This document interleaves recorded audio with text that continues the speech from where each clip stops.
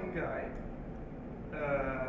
now his film, which he wrote and authored, is in the hands of this production company, and he can't do his own film. So he's forbidden from completing his own film by this company because he sold his rights on this film. And this company decided that they won't make that film. So this is an example where author rights are completely the contrary of intellectual property. It goes in the other side. So I want to emphasize that the Pirate Party and everybody is with having rights for the authors, for the creators. Now that doesn't imply that ideas should be goods or a property, or can be a property for someone that he can sell, delegate, or whatever.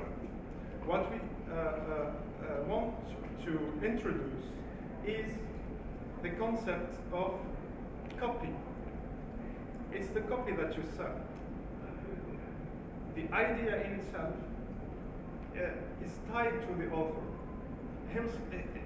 He can sell it himself. What he sells is the copy.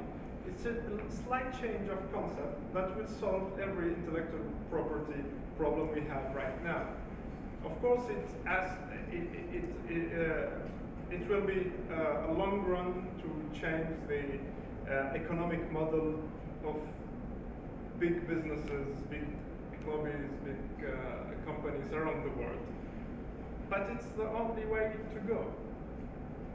The other way, which is now in place, is what they are doing now, is to enforce unnatural functioning of the economy by creating laws that enforce what they call intellectual property on everybody, and enforcing their rules using the public forces. I mean, people get to jail for copying DVDs in the world, which is crazy. But we're in that situation at this moment of the history of humanity. I can talk for hours about that. Maybe let's move to Hala so she can. Provide some ideas about the experience that you're having. Okay, so.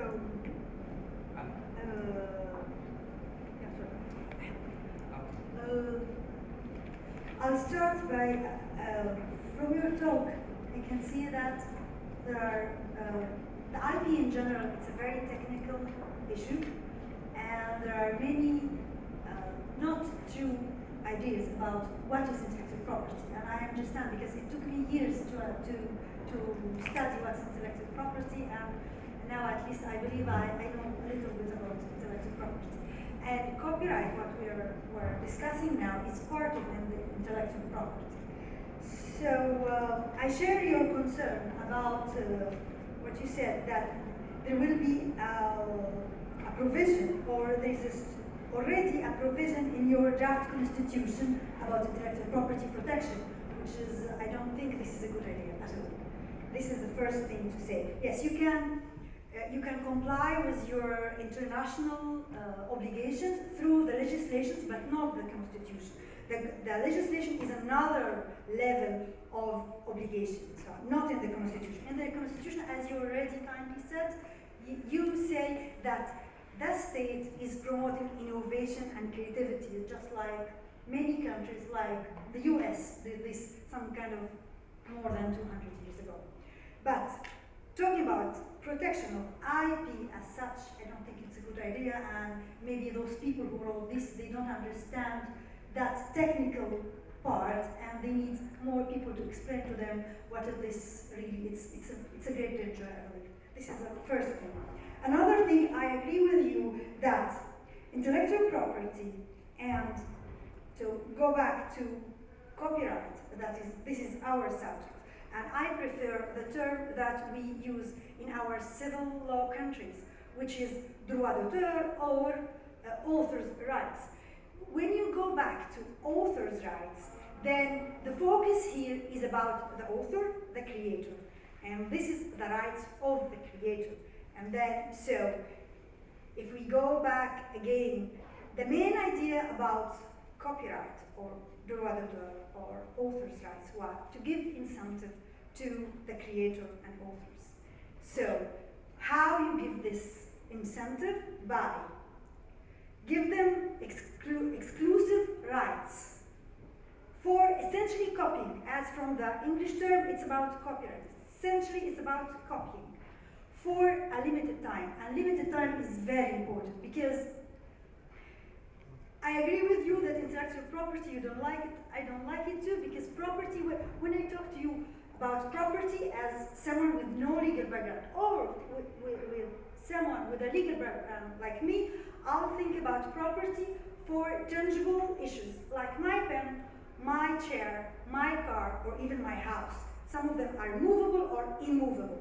Okay? But when you talk about property and then intellectual is not concrete. It's something you can't hold. So this is why intellectual property is kind of a legal tool. It's not a real thing to touch. A legal tool to give incentive to the creator and innovators to protect them, to give them incentive for more creation, for the science, for the community, for the culture, for the science of things. So this is the main idea about intellectual property. And if we go back to the copyright essentially, and they say that the first copyright legislation was the Act 1710. This it was in the 18th century, and it was supposed to be balanced. So it was incentive by exclusive rights to the author, and we need to remember this, to the author, the creator, for a limited time. And then there's a balance. How? There's exception and limitation. Exception that you can access as users those works or those creations of this author, and essentially it's literature and arts for education purposes, media, and all this. And in our civil law countries, we call it exception and limitation, and in the Anglo-American system, they call it fair use. So this was supposed to be balanced. And as we studied law, copyright or author's rights belong to the civil law. But industrial property, which is essentially patent and trademarks, essentially, it belongs to the commercial law. So commercial law is something and civil law is another thing. But after TRIPS, everything came together under one umbrella called intellectual property. So you put everything together in one bag and you call it intellectual property, which is author's rights and the industrial property. And everything, and then in the TRIPS, instead of the Berne Convention, which was by the end of the 19th century, they said the rights of the author, of the creator. No, in TRIPS, they call it the right holder. So the right holder here, not necessarily be the creator or the author. So this is really a great shift, and we need to think about this. So this is the point where you put commercial things about to support literature and arts, and essentially the material you use for cultural things and education. And as you said, it's not necessarily the author who is, or the creator, who will benefit from this. It's the big companies. And this is another problem, and this is really was very obvious after the TRIPS, which is compared to the TRIPS plus treaties, it's really happened. So it's very complicated, and people who are drafting constitution and then later the legislation, they need to understand all this. And it's very complicated and it's very technical, and I believe we need to work more about this. So the problem, another thing you said, that you can waive or transfer your rights as the author and to another one through a contract, and this is another problem. So a contract, you put in the contract whatever you want to do. in the contract. And if you don't understand your rights, if you don't understand the legal terms and the legal language, so you're the one to blame. You're the creator. So it's not the problem. It's not necessarily always the intellectual property law or the copyright law problem. It's about first awareness, what is intellectual property and what is the copyright meaning, and secondly, it's about the contract law. And if I may say another thing, and then I'll give my colleague to speak, because I believe I talked too much on this point.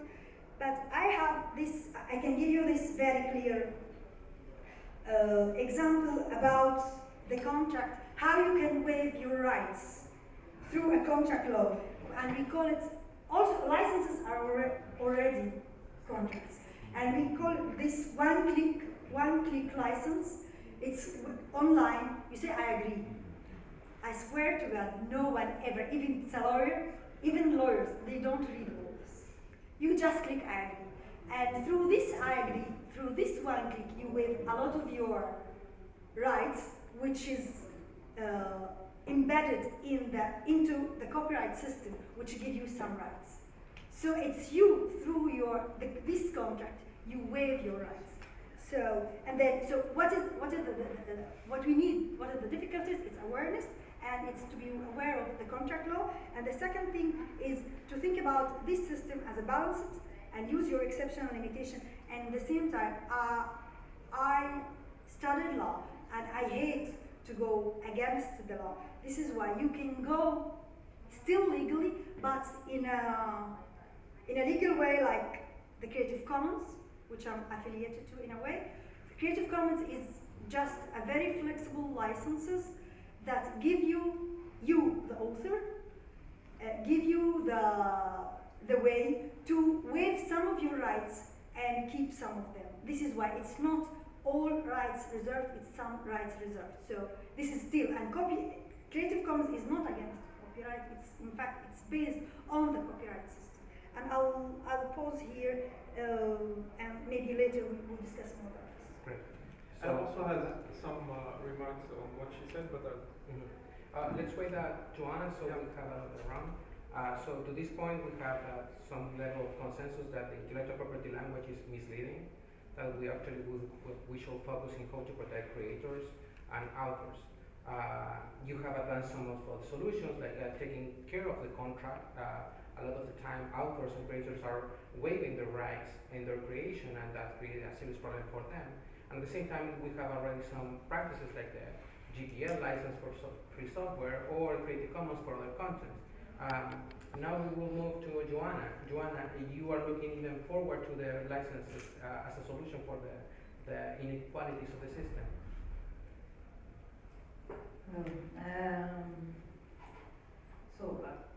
At the Center of Technology and Society, we are also head of Creative Commons in Brazil. I'm going to address your question, but first I want to pick 2 points that you raised. One is that this shift, that copyright was created to protect authors, and now due to the business models that were created, it ended up protecting intermediaries. So the ones who are becoming or became rich were intermediaries, not the authors.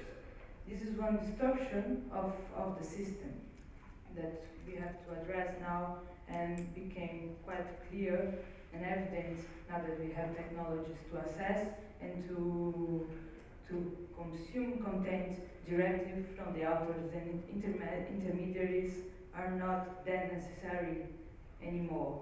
And that's the crisis that we live now, because then they became a huge lobbyist to try to protect the old system, which is to protect their old business model that has nothing to do with the advances of technology. So this is one point. And the other point, which was what Alberto mentioned in the beginning of the panel, it's a developmental issue that's related to the capability to buy those contents. and how they are available in the markets. Like the same content that's very cheap in the US is very expensive in Brazil, very expensive in Egypt.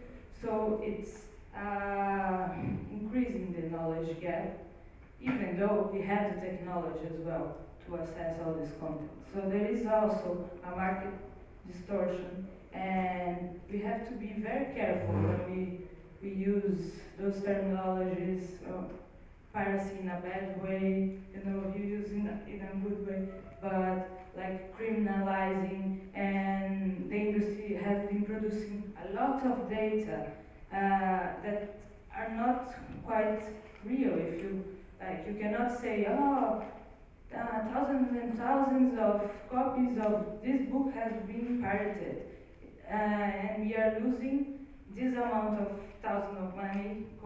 It's not true, because it doesn't mean that all these people that are consuming this content would be able to buy it. If it's a developmental issue. So we have to be aware of the data that industries are producing. So for that, I recommend one study, which is media piracy in emerging economies, that brings those kind of data and compare the accessibility of the same content throughout other countries and show how it's a developmental issue. To address this, even the TRIPS agreement had those provisions on exceptions and limitations that Hala was mentioning. But even though it's very, very hard to implement those, because there is political issues on implementing those. What I mean by that?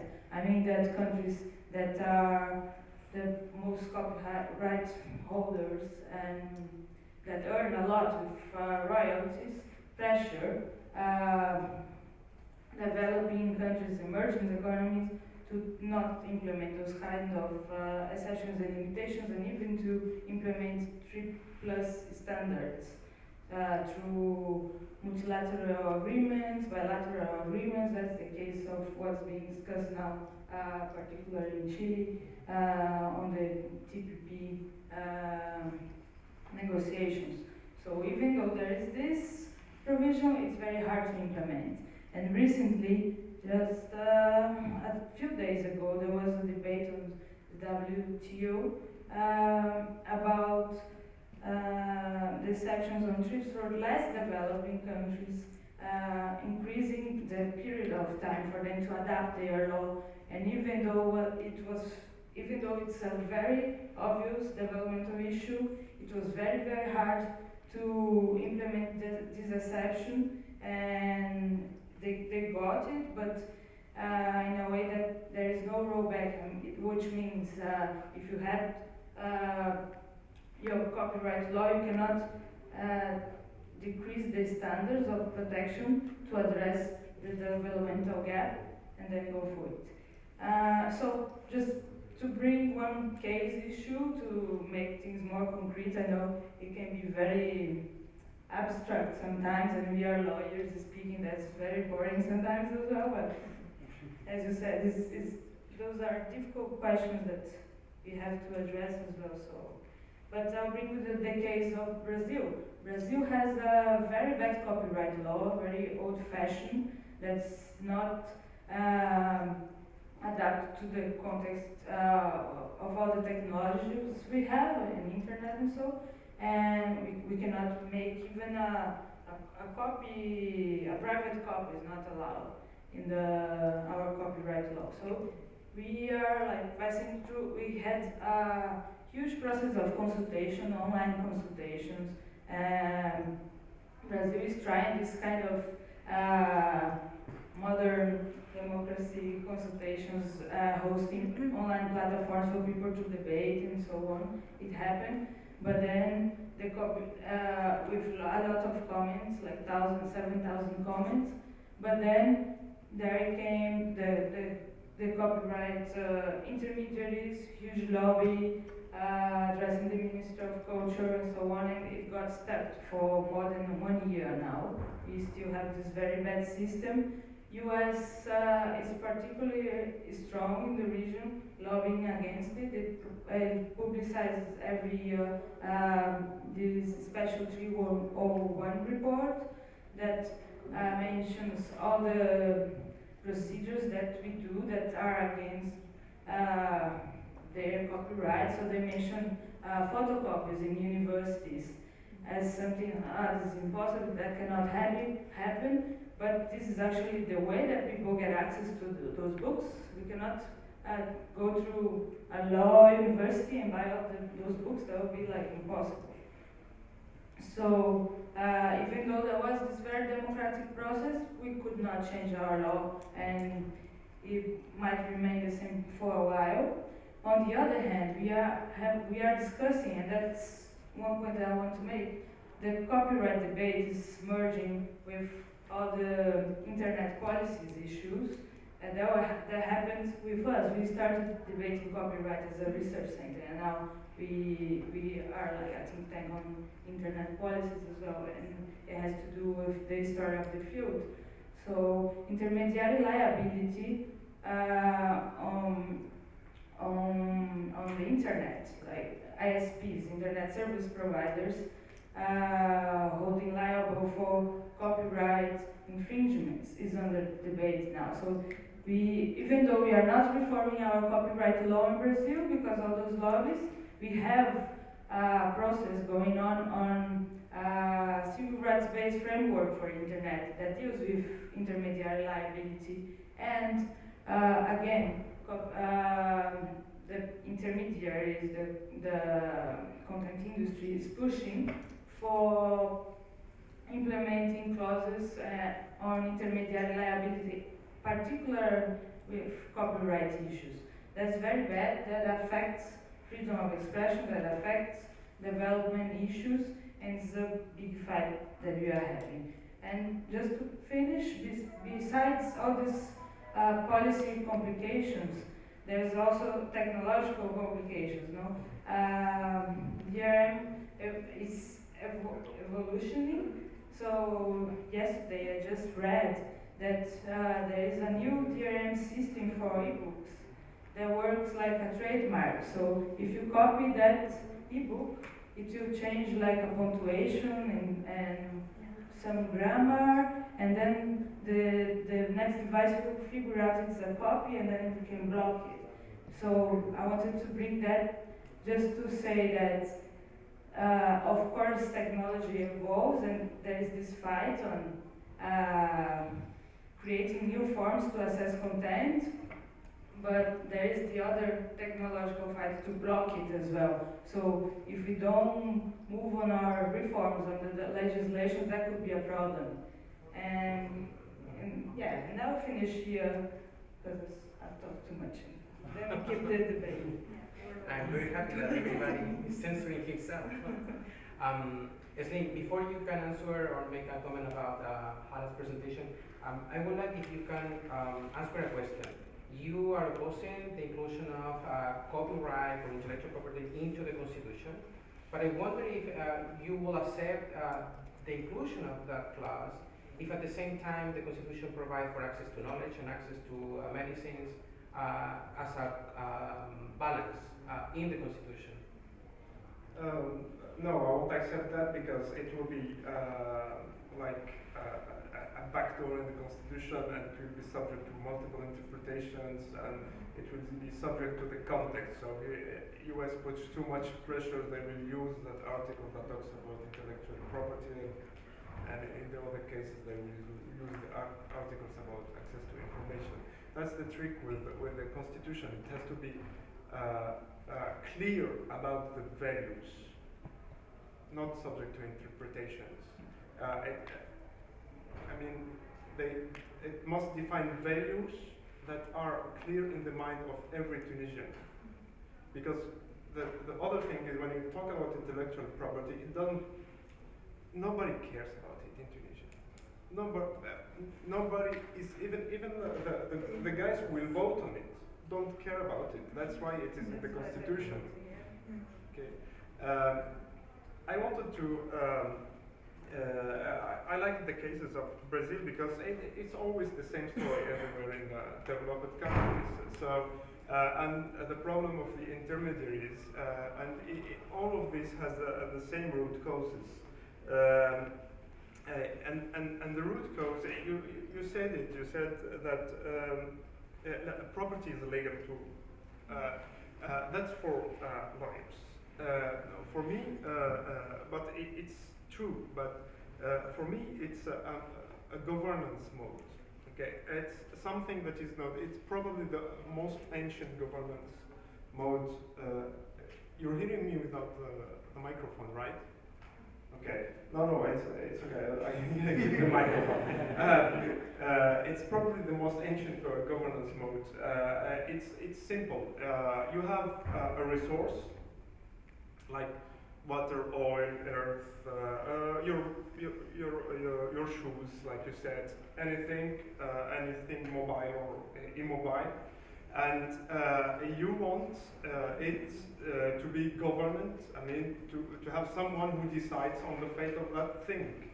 And the simplest thing is to say, okay, it's your property, it's you. Anything related to that field, we come to you and ask you about it. Okay, this is the property mode of governance. It's very ancient, and that's why it's very known by everybody. Anybody knows what is property, what is to own a car, what is to own. The problem is they're using this terminology to lure people into thinking that ideas can work this way. And then they're confronted with their own contradictions when they say, okay, I bought this DVD. Why I can't show it to my friends in a room like this? It's my property. Why I can't make a copy of it? It's my property. Why I can't modify it? It's my property. Like the case of that actor who wanted to his children to inherit his iTunes library. He sued Apple. He said, I bought this music. I want my children to have them. It's a huge database of music. I want to give it to my children. So they are confronted constantly to their own contradictions with this word property that they've chosen on purpose, because they've chosen it because what they wanted is to enforce this thing using the common law, which is known to judges, to everybody, and which has a system of enforcement, including police, including jails, etc., to enforce something that gives them more money, because what she said is true about the fact that what they are constantly saying, you're losing money. Those intermediaries, those big companies. But in reality, they simply miscalculating their revenues. Because it's a guy that says, okay, I'm going to make this film.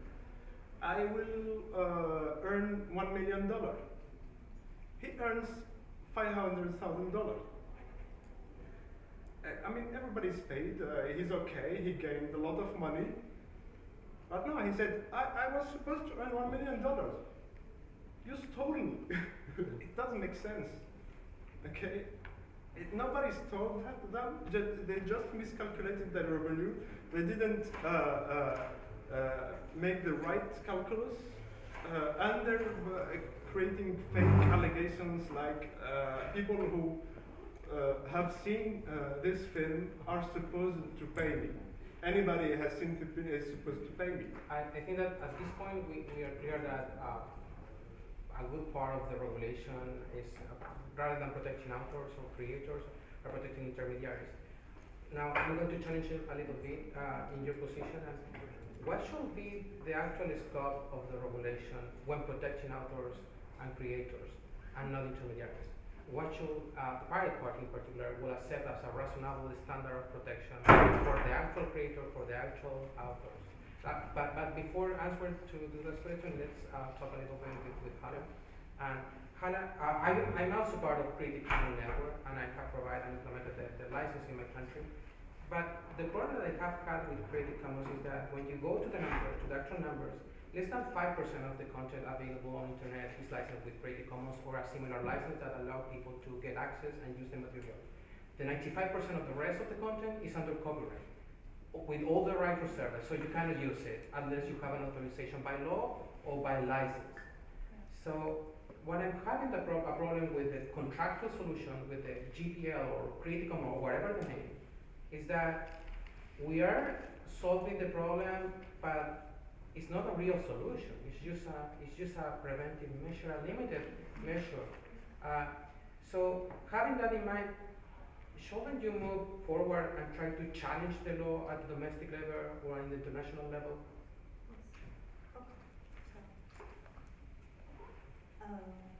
To answer your question, I need to go back and in fact, to go back to what Salim said. By the way, most of what you said is true and you can do it legally.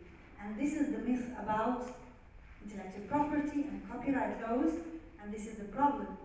Whenever they talk about intellectual property and copyright, they only explain to you what you can't do. It's always no, no, no. And they never tell you what you're allowed to do. You know, this is the problem. All what you said you can do. You can have your own legal, according to the law, according to the international treaties and even your registration, or most of our legislation. You can do your own private copy. What's stopping you from doing your private copy? You bought the CD. And I have this story. In 2004, I was for the first time in London, and I had this for the first time. I had this training in the patent office in the UK, in London, and in fact, it was just I like those singers, Bocelli, a lot, and I went to this Virgin shop, and I wanted to have my first CD for Bocelli, and it was very, very expensive, but I bought it. And at that time, our Egyptian pound was very, very low, so it was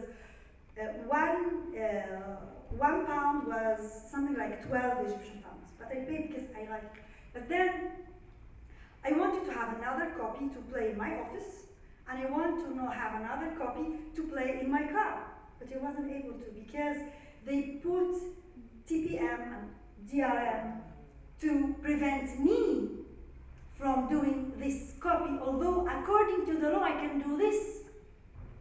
But they prevented you through those technological measures. And this is illegal because according to the law, you can have your own private copy as long as it's you who's using it. Also, within the family or within your friends, you can play your CD, music or film, as long as you're using it in a non-commercial way. You can do this, but you're prevented from doing this by not the copyright. In fact, with another system, with another way. So this is what I'm telling you. There's a lot of myth about copyright in general. So I'm back to you. There's this another myth that everything on the internet is available for free, which is totally, absolutely not true. If you find a work online and there is no, even if people they don't tell you that it's copyrighted or protected, it's protected because only copyright system, it has this automatic protection. For patent, you need to register. For trademark, you need to register. But for copyright, it's automatic. And this is coming from Berne Convention. So everything, the minute I created whatever, even my notes, it's protected. So the same thing that for all the works you find on the internet. I totally agree with you that Creative Commons is not the solution, is not the answer. However, it's a way. I call it's the alternative to be legal. And if you follow the numbers that pages are covered by Creative Commons in the last 5 years, it's really becoming more and more and more, and more than doubled. Unfortunately, we don't have this, I could have showed you the numbers by millions. So, but this is not the only way. It's one way to be legal and at the same time to make things available. However, we have this slogan in our library: consult for free, but pay per print. So if you just want to read, this is free, especially if you are in a library, especially public libraries. But if you want to get the printed copy, then which is the copyright, which is Anne Act 1710, which was again limited. It was protected for a limited time, and it started by only 14 years, and then 28, and then now it's something like more than 70 or. According to the international burden, 50 after death, or 70 according to the European, or even 90 according to the Mexican, I believe the Japanese. 100 in Mexico? Okay. Amazing. So, again, it's a limited, it's a tool. This is what I'm telling you. Now you're promoting innovation and creativity through a legal tool. Maybe tomorrow this tool can be changed. So this is why you don't need to put it in your constitution, but you protect it through the legislation. So a less level in this, this body of laws. But what can we do? We have international obligations. So you need to comply with the international obligation, but in the same time, use the flexibilities which inherited already in the system and no one knows about it. So we go back again to the awareness. You're not using the exception and limitation. You're not using the compulsory license. And as you kindly said, it's very political. If you just say compulsory license, maybe some governments will think about shooting you, I swear. This is very serious. So, but it is in TRIPS agreement. It's there. So, and at the same time, yes, you can push as you what can is not compulsory license. Yes, it's compulsory license. It's when you.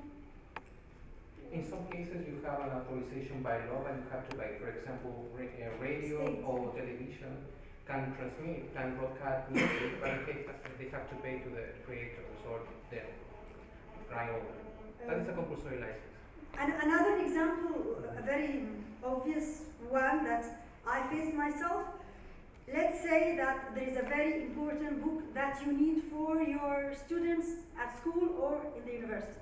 And this book, it's the only textbook or one of the very few textbooks you need the students to learn, but it's in English and you need to translate it into Arabic.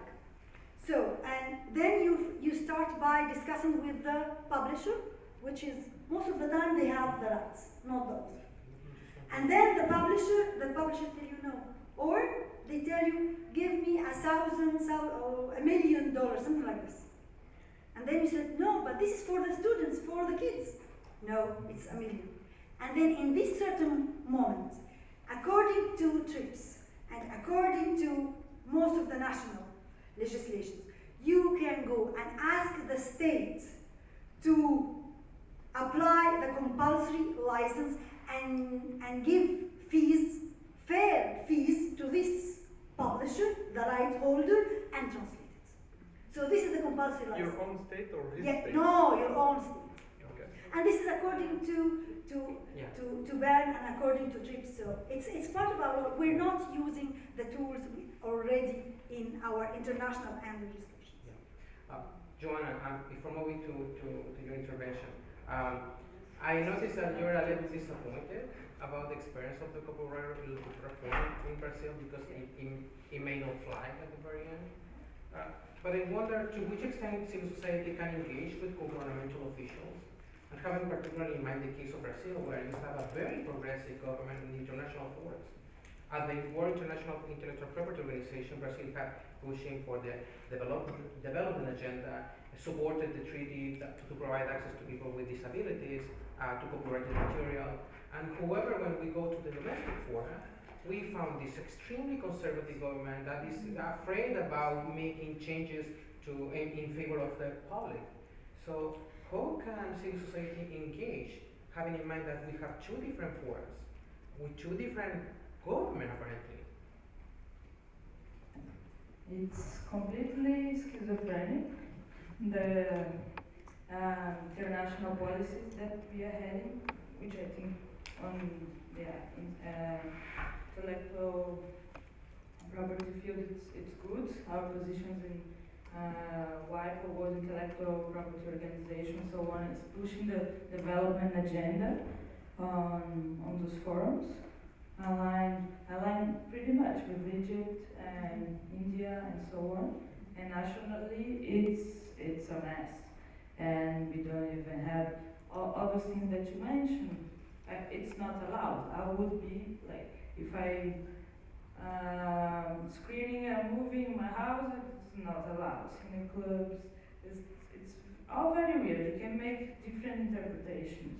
Private copy and so on, it's not allowed. Brazilian law doesn't use the exceptions and limitations that are already in the TRIPS.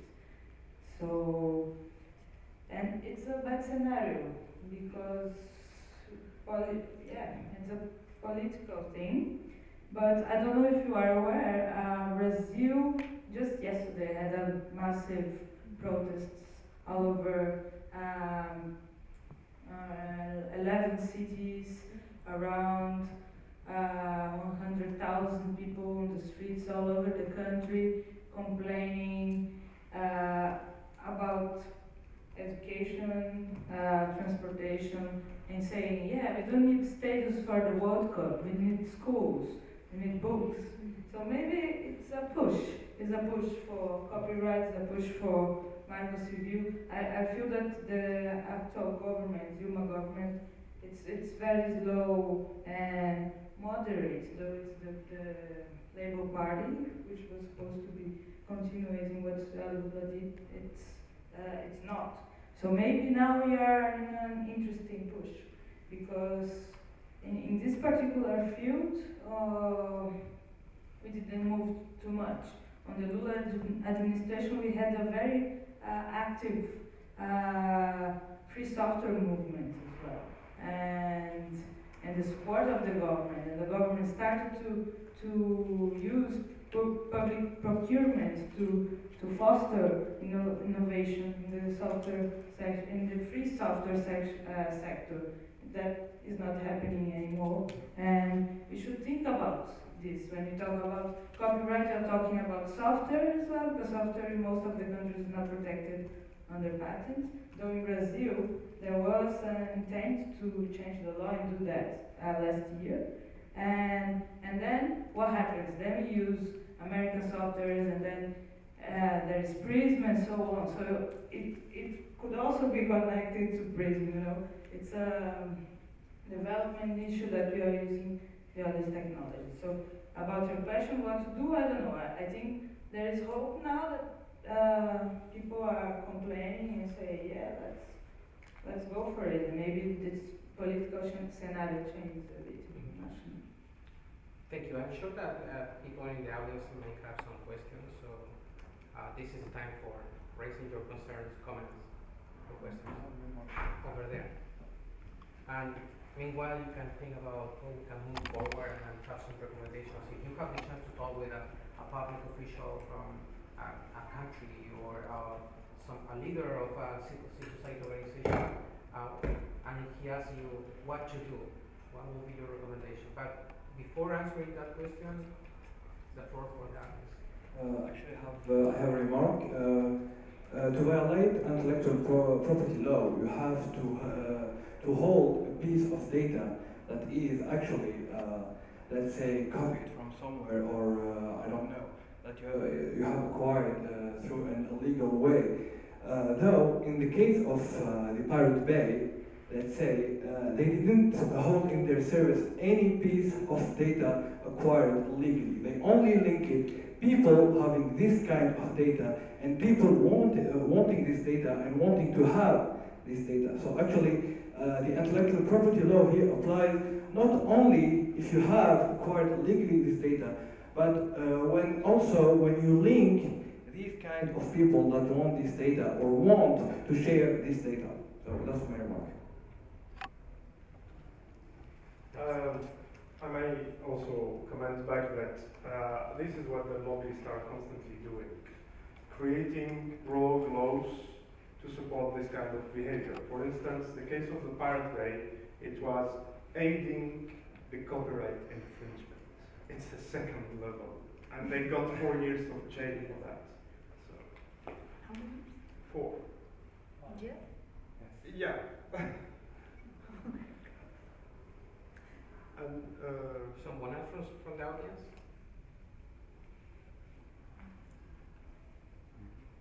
Okay, let me push for something more before going to some recommendations for you guys.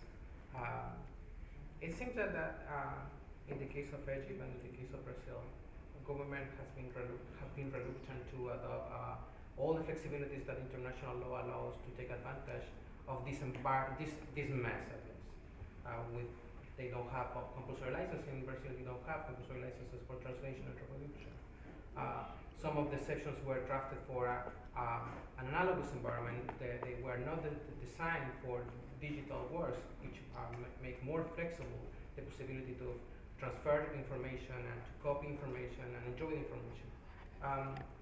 My question is, what's going on with the process of enforcement of this regulation? Because it seems to me that progressively to trade agreements, to international forums, to the pressure of the USTR, the trade authority of the US, countries are also using a lot of their public sources to enforce these private interests and are forcing private entities like ISP to enforce copyright online.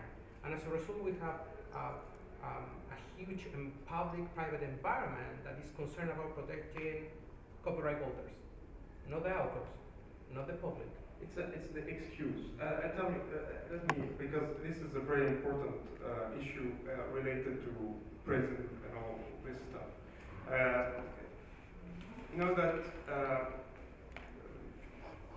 human interactions in general are 80% composed of information. If you do any work, even a farmer, 80% of his work is interaction, information, etc. Okay, so what they want in reality with all these laws is to control information. So censorship serves for the control of the information you are issuing, you are publishing. That's why they want this infrastructure of censorship over the internet. The real reason is not copyright. They just want this hardware plugged to the network. Okay, it's a matter of control. Even them, they don't know right now what they will do with this hardware in the future, but they want it there. It's a matter of control. Okay, and then on the other side, you have the surveillance of what you are inputting as information. Okay, it's on the two borders.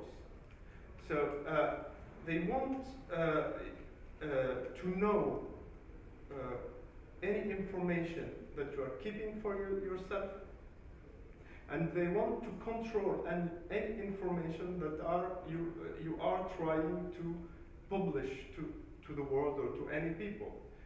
It's just a matter of control. Any systems of surveillance that are plugged to the internet have this strategic reason. Any excuse is fallacious.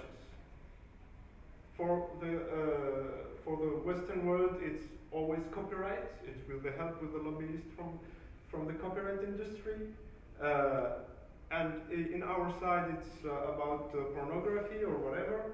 Okay, in the conservative societies. But it's always at the root the same strategic reasons. What will be your recommendation for us to move forward from this situation? I have a very practical recommendation with regards to intellectual property, because there is something we didn't talk about, which is all these lobbyists, all these rogue laws that are being created, ACTA and stuff, are all based on this buzzword intellectual property, and for a reason. This denomination is created out of nowhere, out of no consent, just because it's an attachment that you can use for your own purposes and interpret in the way you want. Purposely, to do what you said is to enforce laws that don't exist, to make people don't know their real rights, to have law enforcement agency enforce things that are illegal, like forbidding people from broadcasting a show which should be legal, or forbidding people from making copies. I mean, people got raided in their homes with copies. How do you know I want to sell them? You see? So you're forbidden from making copies even for yourself. Okay, this terminology of intellectual property is dangerous in local legislations because it relates to those terminologies that they are creating. So avoid it at every level. If you want to protect the authors, say how you will protect the authors. What are the rights of the authors? I'd say, especially for the Tunisians in the constitution, I think in general a constitution should be about citizens and their rights. And one of the things that are not good in our constitution in general, apart from the intellectual property part, it's language is not framed this way around the people, around you have the right. But it says constantly this right is guaranteed in general. It doesn't say Tunisian citizen have the right to do that. Thank you. Ala, por favor. Yes, you asked about enforcement. No, I will like if you can refer a little bit about what will be your recommendations for moving forward, for both civil society but also for government. My recommendation is if we start with the laws and treaties are governing copyright now are kind of démodé. They are very old and they are not really good enough for the digital age. So I believe we need to, especially developing countries, should push on the international fora for real changes, radical changes in this area. And this is maybe will take years, but I believe something like 8 years ago when they started the development agenda, it was kind of a dream, but now all these are discussed. But if I may say something about what we can do right now, is for the first time in the history of intellectual property and copyright, there is right now in Marrakesh, they are discussing a treaty, international treaty for access for the visually impaired. I won't talk to you about visually impaired people need to access and all this because it's very obvious, but I'll focus about another thing. It's for the first time in this intellectual property area, there will be a treaty addressed to the rights of the users, not the rights of the right holders. So this is a real shift. This is why we need to push for this. And I believe I was the first one to translate this very early draft for this treaty in Arabic, and I went to the League of Arab States, and I talked to them. I told the 22 Arab states, please support this because we have many blind people in our countries, but unfortunately no one did anything. So I believe we need, as NGOs, as libraries, as experts, to support this because it's the first time the rights of the users are not exception. It's rights, not exception. In this intellectual property building, it's exception. But here, in this treaty, it's rights. So you're the first time you're talking about the rights of the users. This is first. Second thing I would like to say, as we said, copyright, it's a legal tool, it's artificial tool to protect and give incentive to the creators. So it's for a limited time. After that, what happened? All the works is dropped in the public domain. What it means, dropped in the public domain, it means that it's not protected anymore. So what should we do? We need to, once it's in the public domain. It's available to anyone, but this is theoretically available to anyone. But it's not.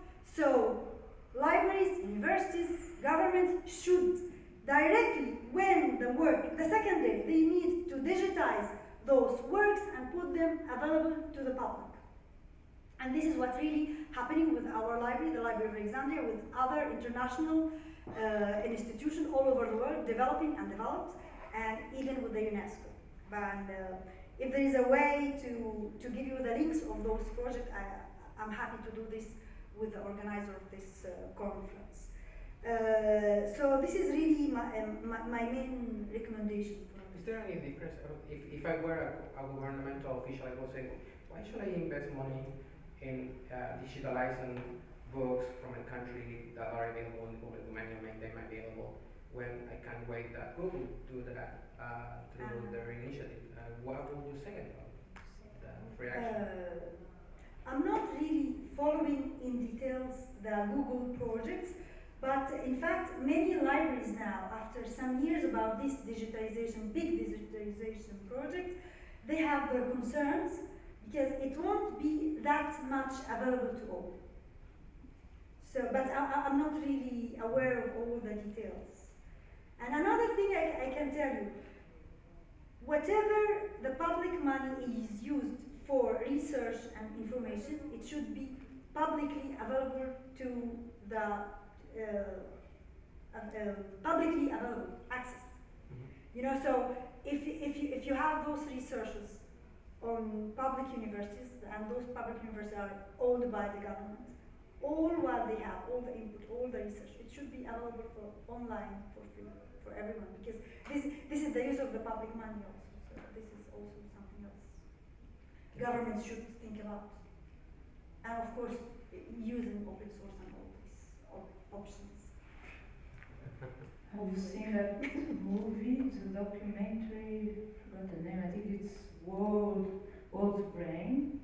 It's about Google when they started to digitalize everything and there were massive suits from all over, and the question was exactly this: why don't we Google do that? But they have now all our data, and then they'll have all the knowledge in the world, so it's too much power for just one company, you know? And so I think totally support that governments should have a push on this and have their own initiatives to digitalize content in their own languages and so. And then interact with other governments that are digitalizing, or NGOs or so on. And just to add my recommendations, I totally agree with the recommendations in the panel. Mine will be more in the political field then. I think copyright must be seen as it has been in the movement for the access to knowledge as a developmental question, the balance of copyright and access, but also a question of freedom of speech. There has to be the freedom of speech, and we should frame it as the right to access, the right to freedom of speech, a human right as well. And I want to mention that there is this network of academics and activists that are thinking about a positive agenda on copyright, to try to go beyond all the exceptions and limitations that we already have on TRIPS, which is the network around the Global Congress on IP and Public Interest, that we are kind of part as well.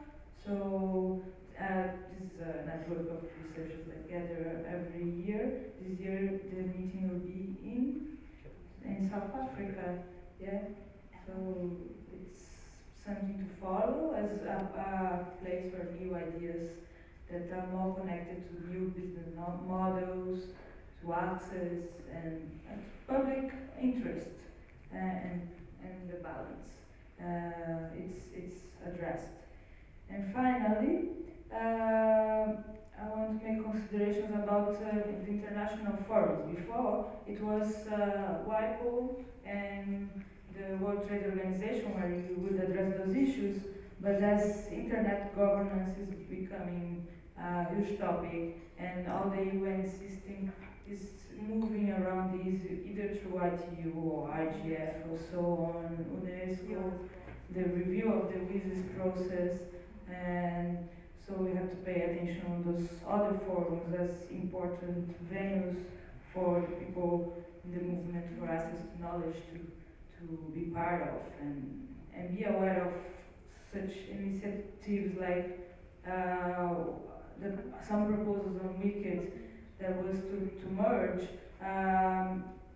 the infrastructure, not to merge, but addressing issues on the infrastructure level of the telecom services and internet services.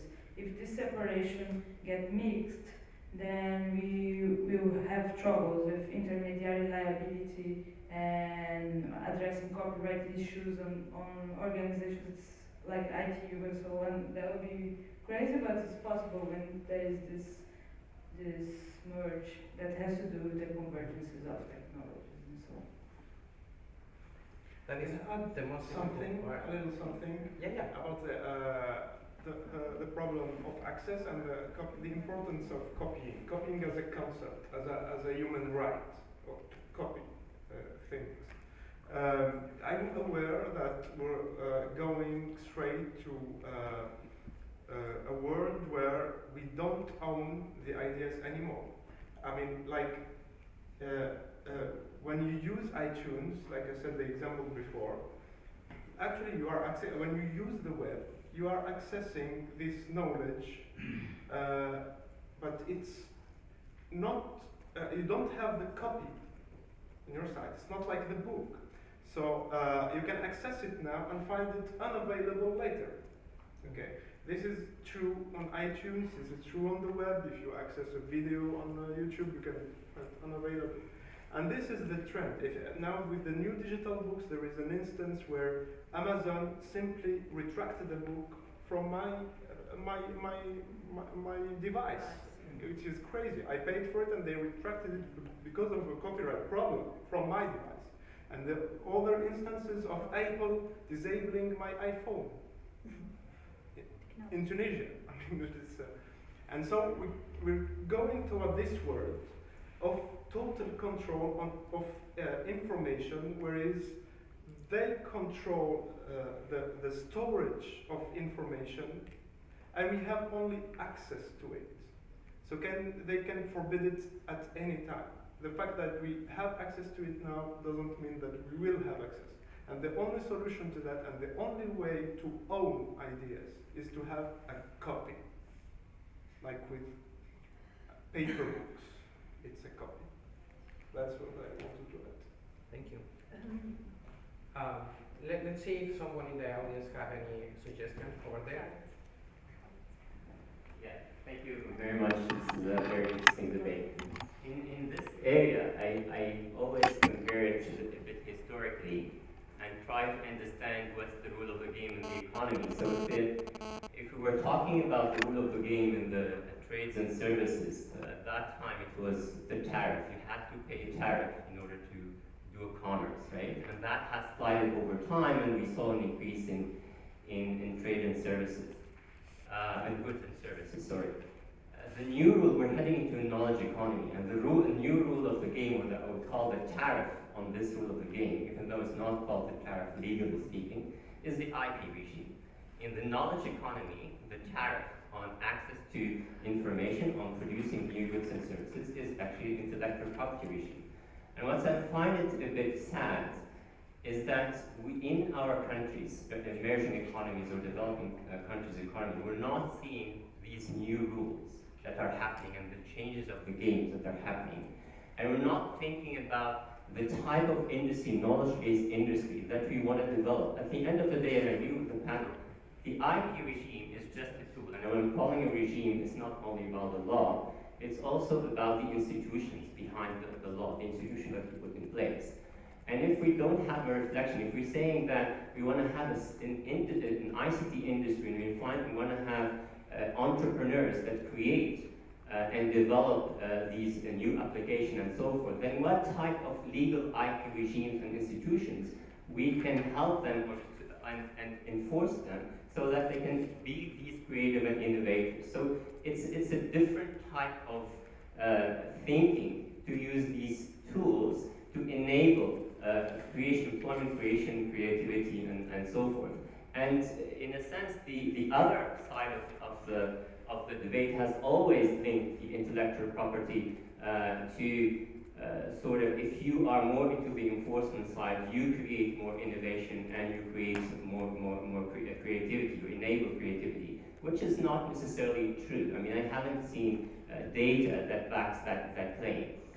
So at the end of the route, it's sad to see that most countries have not taken, as said our colleagues in the panel, have not taken forth of using the exception and limitation that are there. And in many instances, they go and implement more stringent regime. I mean, in Mozambique, one of the poorest country in the world, can you believe that they have a legal an IP or a copyright regime that says, no, actually, you protect for life of the author for 70 years. And the question is why you go beyond the Berne Convention. The Berne Convention says you life of the author for 50 years.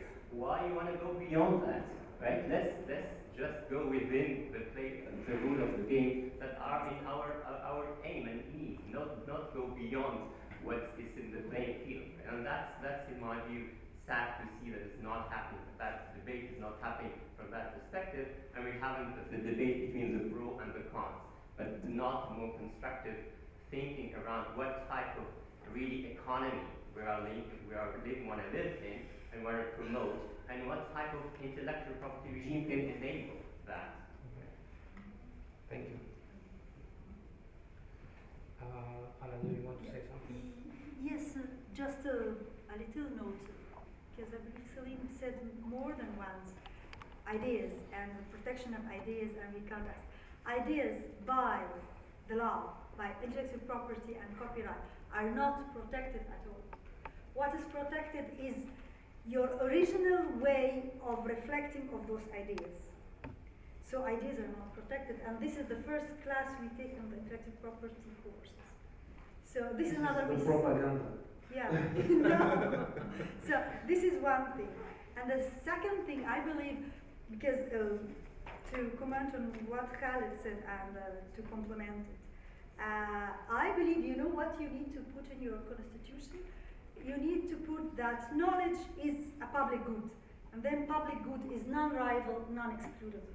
So this is what they should put in the constitution, and then let the intellectual property protection be in the legislation. That's it. Thank you. Unless someone else has a comment over there.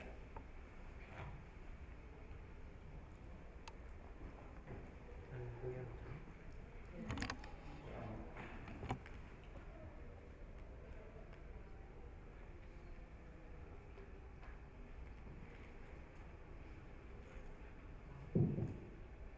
Okay, I agree with Khalid. And just to ask, do you think that the current corporate regime is not suitable for the internet? And I agree with one of the speakers that for me, copyright is more about the right to copy and not about the right not to be copied. I don't know what are your sentiments on those two. I didn't understand the question. The question. What I'm asking is, do you think that the current copyright regime is not suitable for the internet as it is? And two, do you think that copyright should be about the right to copy as opposed to the right not to be copied? Oh, I think so. I mean, I think that copying is a human right, really, and it has been granted to all humanity, and it is how all the knowledge of humanity has been transmitted all through the ages. You have to know that copyright has 200 years of existence. It's nothing in the history of humanity. Nobody knows who invented the chair and who holds the copyright of that. So what's happening in reality is in 2000 years, they decided that every knowledge that is created, that is possibly built on other knowledge that is created before, is their own. I mean the West. And they decided you can't choose it anymore. Although they used our knowledge of the entire humanity, copying it, of course. So I think, first of all, it's not fair. And the second thing, I emphasized a bit of the importance of copying as the ownership, as the essence of ownership of ideas. And the essence, with this fact, of autonomy. Autonomy is very important for every human, because if they own the knowledge, because they have the capital, because even if you have a great idea, they can buy it from you, if they have the right to do it, like with intellectual property, and stock it, capitalize on it, and then use it against you, and then tell you can't choose your idea, and that's what's happening every day, okay? Because they have the money. We don't have the money, we're poor nations. And in the end, we'll end up in a situation, if we don't have the right to make copies, where every knowledge is owned by the West, and we just have the right to access it when they want. So they're controlling our minds. They're controlling the type of thing we can see, the type of thing we can think. What they're doing constantly, you know the zoning of the DVDs? There are some DVDs that are for the Middle East and others. Now they're pushing towards a world where some contents go only to those regions of the world. And I'm asking you, what is that? If you go to YouTube, sometimes you are forbidden some content because you are coming from a certain region. I think humanity should reflect on those issues and reflect on the fact that some knowledge has to be locally copied, to be autonomous. Some researches, some things, some information that is needed for our life or our survival has to be copied locally. Thank you. I think that we are running out of time at this point. I thank you guys. You provide a lot of recommendation. I will be in trouble reporting to the plenary. Thank you to every one of you for taking your time and supporting this panel. Thank you.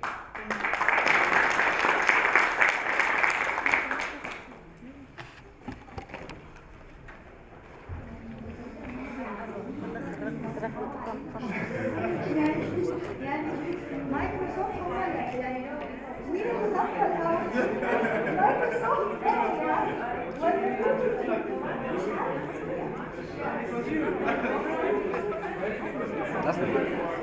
مش نضحك هذا اللي بعدك كيف دخلت عليه انا صورت